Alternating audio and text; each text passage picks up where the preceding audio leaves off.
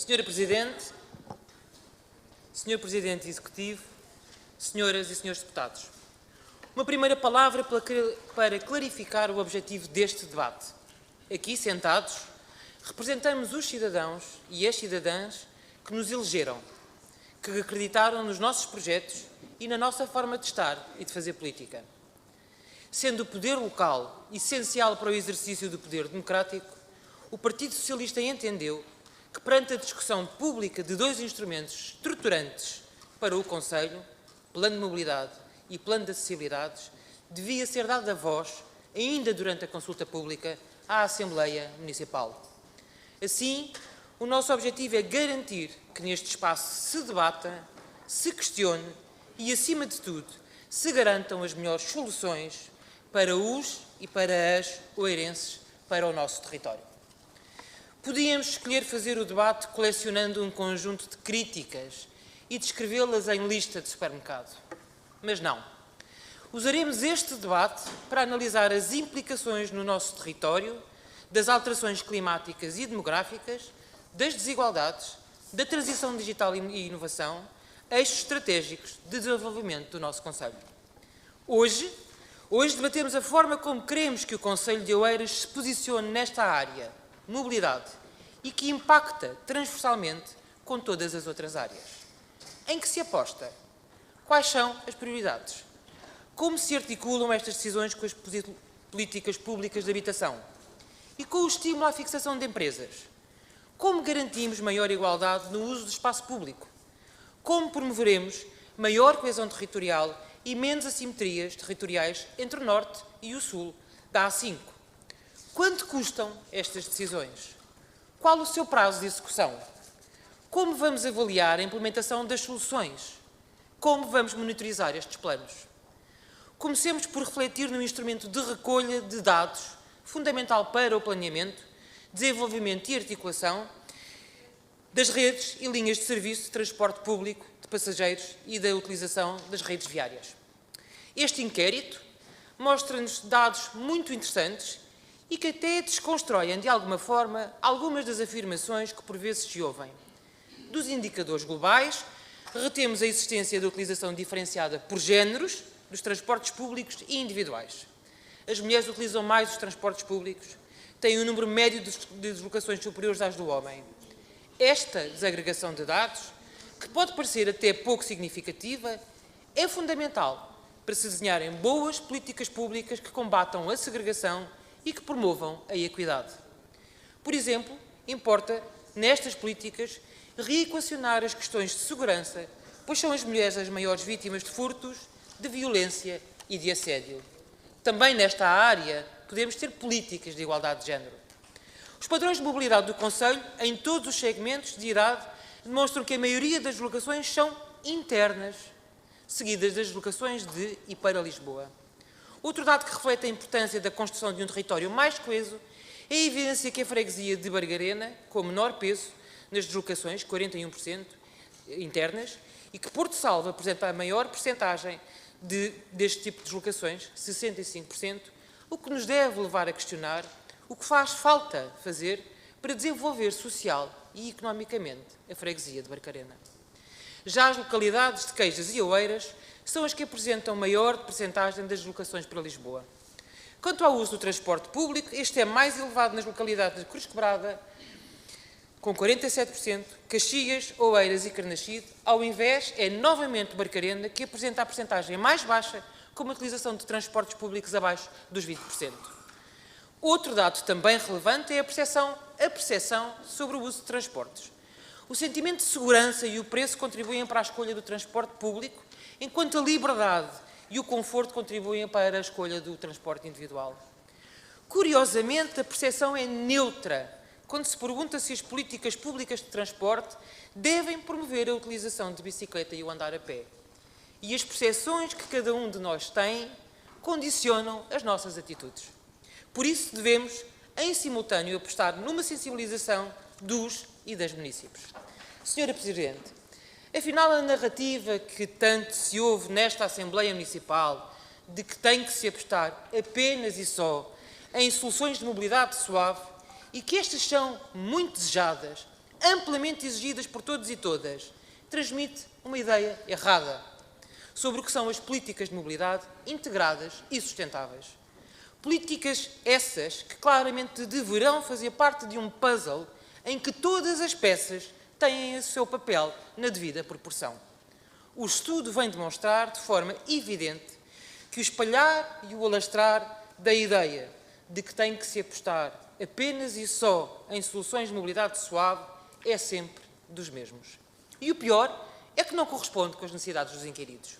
O apelo que fazemos, como proponentes deste debate, é que esta discussão seja séria, completa, sobre as diferentes formas de mobilidade e a sua interligação, pois é o conjunto das soluções que constrói o nosso território. Assiste-se em Oeiras ao crescimento em 20% do uso de transportes públicos, resultado das políticas deste Governo, nomeadamente na diminuição do preço do passe mensal metropolitano conhecido por navegante. Estes dados devem fazer-nos equacionar as soluções basilar para alterar os dados da saturação das vias ou mesmo a importância da promoção do uso de transportes públicos. Senhora Presidente, Senhor Presidente, concorda-se, pois, com a identificação das fragilidades da rede viária do concelho de Oeiras e das ligações aos municípios vizinhos.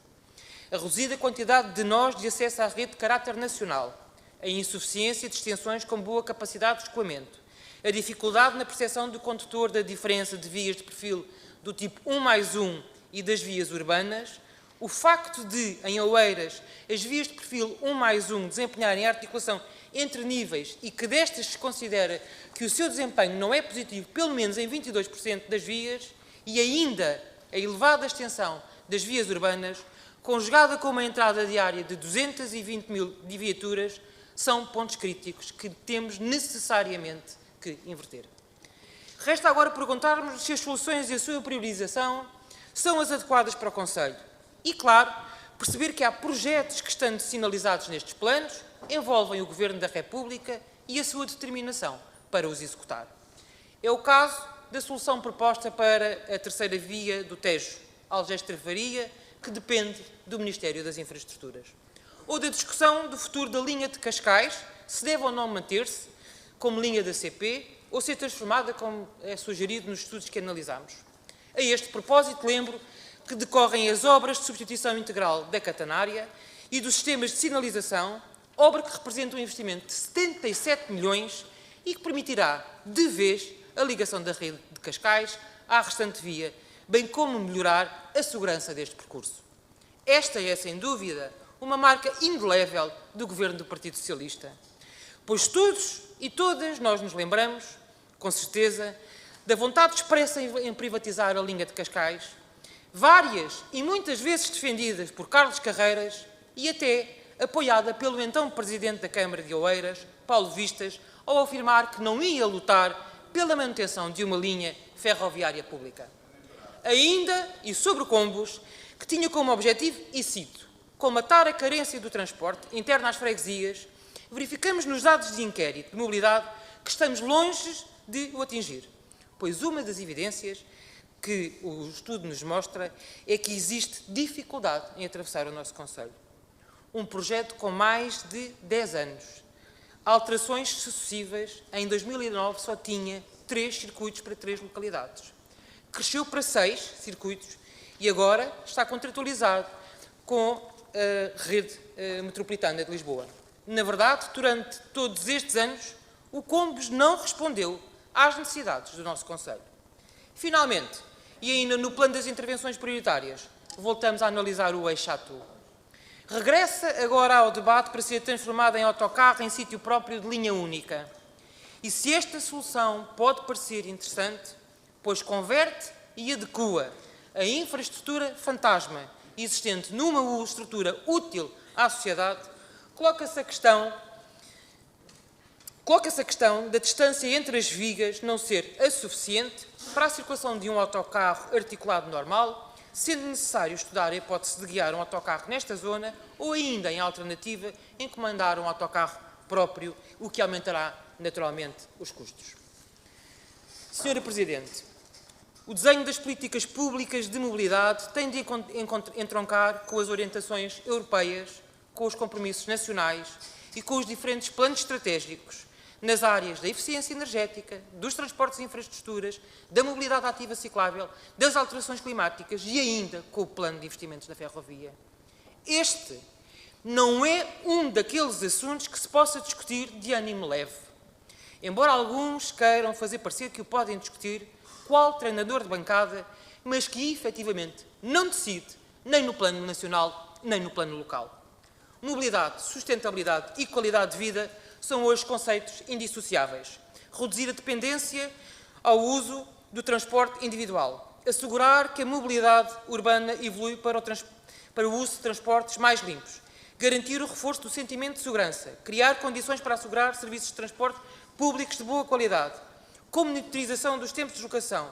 Melhoria da informação ao cidadão, bem como conter o volume de viagens em transporte individual, são princípios que encontramos no Plano de Mobilidade e com os quais nos identificamos e expressámo-lo no nosso programa eleitoral com o qual nos candidatamos. Concordamos com os objetivos estratégicos definidos, bem como com a maioria dos objetivos operacionais. Aumentar os padrões de mobilidade sustentável, alargar ofertas de transportes públicos e de modos suaves que acompanhem as reais necessidades dos oeirenses, certamente diferentes de quem vive em Faro ou de quem vive em Viseu. Concordamos em apostar numa utilização mais racional dos transportes individuais, criando zonas 30 e zonas de coexistência para melhorar o usufruto do espaço público e também melhorar os índices de sinistralidade. Senhor Presidente, o Plano de Mobilidade de Oeiras tem de contribuir para a implementação das orientações europeias com a nova organização de sistemas de transportes, na procura de soluções inovadoras e na garantia de redução de emissões, tal como assumido nas metas de descarbonização. Potenciar a intermodalidade, os corredores de transportes e desenvolver sistemas de transportes adequados às diferentes necessidades dos segmentos de população, garantir a inclusão dos cidadãos com mobilidade condicionada e ainda a promoção de uma gestão de mobilidade com sistemas inteligentes, facilitadores, ágeis, que melhor informem as soluções, com melhor controle de tráfego e uma gestão de estacionamento mais adequada, são necessariamente pertinentes. Senhora Presidente, Senhor Presidente, queremos uma mobilidade mais amiga das pessoas, das famílias, das empresas. Queremos uma mobilidade com oferta variada, que se adeque a todos e a todas, que não segregue, que inclua, que diminua as desigualdades, que seja mais segura. Queremos que em Oeiras seja fácil chegar de Algés a Barcarena. Queremos, e cito do nosso programa eleitoral, desenvolver a cidade dos 15 minutos.